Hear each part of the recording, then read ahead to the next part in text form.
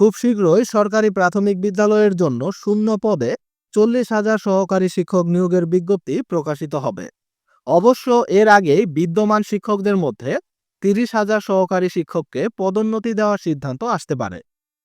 আদালতে এ বিষয়ে একটি মামলা চলমান রয়েছে। এছাড়া বর্তমানে দেশে এখন 8,000-এরও বেশি সহকারী শিক্ষকের পদ শূন্য রয়েছে। সব মিলিয়ে 40,000 সহকারী শিক্ষক নিয়োগের প্রক্রিয়া চলতি বছর শুরু হতে পারে বলে একটি সূত্র জানিয়েছে। এদিকে সংশ্লিষ্টদের সাথে কথা বলে জানা গেছে, সরকারি প্রাথমিক বিদ্যালয়ে সহকারী শিক্ষক নিয়োগের বড় বিজ্ঞপ্তি প্রকাশের প্রস্তুতি নিচ্ছে সরকার। 30,000 সহকারী শিক্ষকের পদোন্নতি সংক্রান্ত জটিলতা নিরসনের পর নিয়োগ বিজ্ঞপ্তি প্রকাশ করা হতে পারে। প্রাথমিক ও গণশিক্ষা মন্ত্রণালয় সূত্রে জানা গেছে, প্রাথমিকের সহকারী শিক্ষক পদে প্রায় 8,043টি শূন্যপদ রয়েছে। এ সংখ্যা প্রতিদিনই বাড়ছে। এছাড়া 30,000 সহকারী শিক্ষক প্রধান শিক্ষক পদে পদোন্নতি পাবেন। ফলে সব মিলিয়ে প্রায় 40,000 শিক্ষক নিয়োগ দেওয়া হতে পারে। এ বিষয়ে মঙ্গলবার প্রাথমিক ও গণশিক্ষা মন্ত্রণালয়ের এক কর্মকর্তা জানান, প্রাথমিকে শিক্ষকের পদ শূন্য থাকা শিক্ষার জন্য বড় ধরনের ক্ষতি। যদিও বর্তমানে 30,000 সহকারী শিক্ষকের পদোন্নতি সংক্রান্ত একটি বিষয় আদালতে বিচারাধীন রয়েছে। এছাড়া 8,000-এর বেশি পদ শূন্য রয়েছে।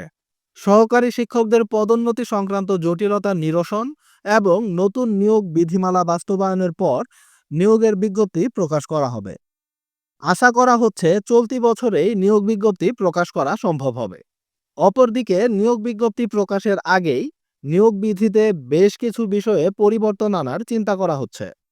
নতুন নিয়োগ বিধিমালায় কী ধরনের পরিবর্তন আসছে, এমন প্রশ্নের জবাবে প্রাথমিক ও গণশিক্ষা মন্ত্রণালয়ের এক কর্মকর্তা নয়া দিগন্তকে জানান, মূলত নারী এবং পুরুষ কোটা বাতিলের প্রস্তাব দেওয়া হয়েছে। নতুন বিধিমালা এ মুহূর্তে জনপ্রশাসন মন্ত্রণালয়ে রয়েছে। জনপ্রশাসন মন্ত্রণালয়ের মতামত পাওয়ার পর এ সংক্রান্ত নীতিমালা জারি করা হবে। সংশ্লিষ্টদের সাথে কথা বলে জানা গেছে, 2009 সালে একটি মামলার কারণে সারা দেশে পদোন্নতির মাধ্যমে প্রধান শিক্ষকের শূন্য পদ পূরণ বন্ধ হয়ে যায়। 2014 সালে এ মামলার নিষ্পত্তি হয়, কিন্তু একই বছর প্রধান শিক্ষকের পদ দ্বিতীয় শ্রেণীতে উন্নীত করা হয়।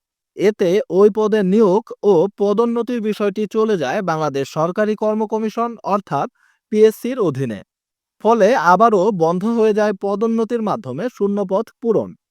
পরে 2017 সালের 23 মে থেকে প্রধান শিক্ষকের শূন্য পদে চলতি দায়িত্ব দেওয়া হয় সহকারী শিক্ষকদের।